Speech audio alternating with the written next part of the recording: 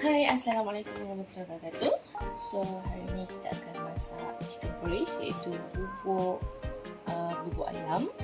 Okay, so dekat dalam thermomix ni, bubuk ayam ni sedap. Memang macam kita beli dekat kedai ataupun dekat M lah kan. Okay, so hari ni kita nak buat sarapan bubuk ayam sebab anak memang suka sangat. Okay, so first step yang kita nak buat adalah kita nak cari resipi bubuk ayam. So untuk chicken porridge ni Ain dah pernah buat. So kita cari kat recently cook. Okay, recently cook. Okay, so nampak chicken porridge. Okay, start cooking.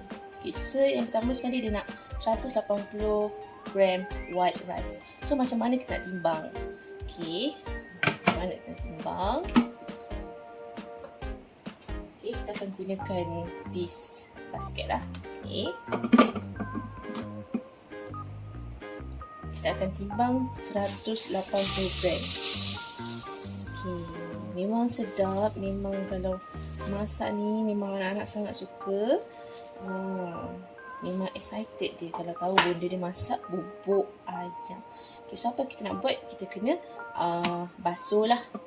Basuh. So tak risau, basuh ni just kita masukkan air kita, kita kacau-kacau and then terbasuh lah kita punya ni. Okay, so sekejap saya nak basuh.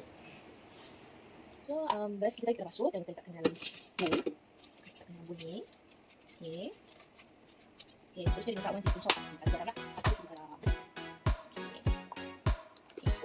Next, kita letak 2 teaspoon sesame oil. Okay, sesame. So ni adalah sesame oil. Okay, so kita letakkan, kita anggarkan 2 teaspoon.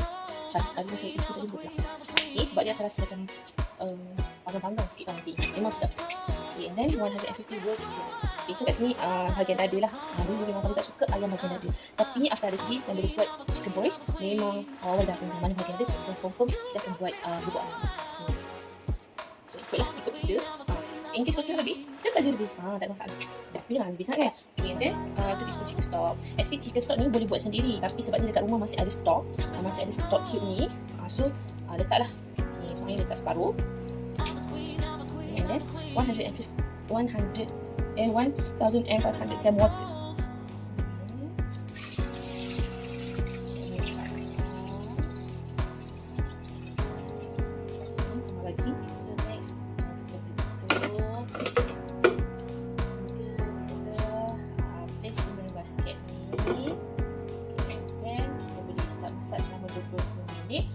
Suhu yang digunakan adalah 98 speed 1. So kita tunggu 25 minit.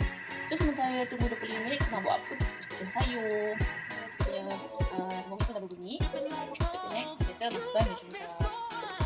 Kita ikan cumi basket. Mesyuarat. Kemudian kita akan letakkan, sebab dah ada ayam yang dah bentuk betul kan. So sekarang ayam ni dia nak hancurkan dalam masa 10 saat. Ta-da!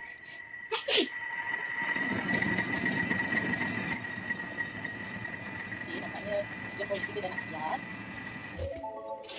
Wow.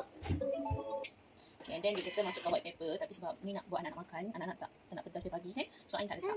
Okay, so dah siap.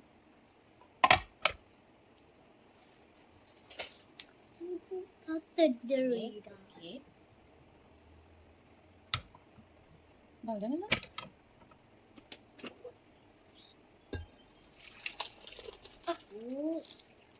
Wow, chicken porridge dah siap. Okay, and then last sekali kita taburkan dalam sup. Dalam sup.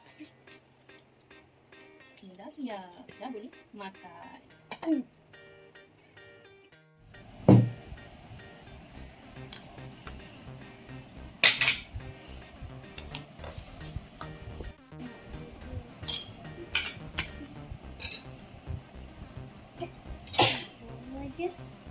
So ada baki tadi, kita tambah lagi lah.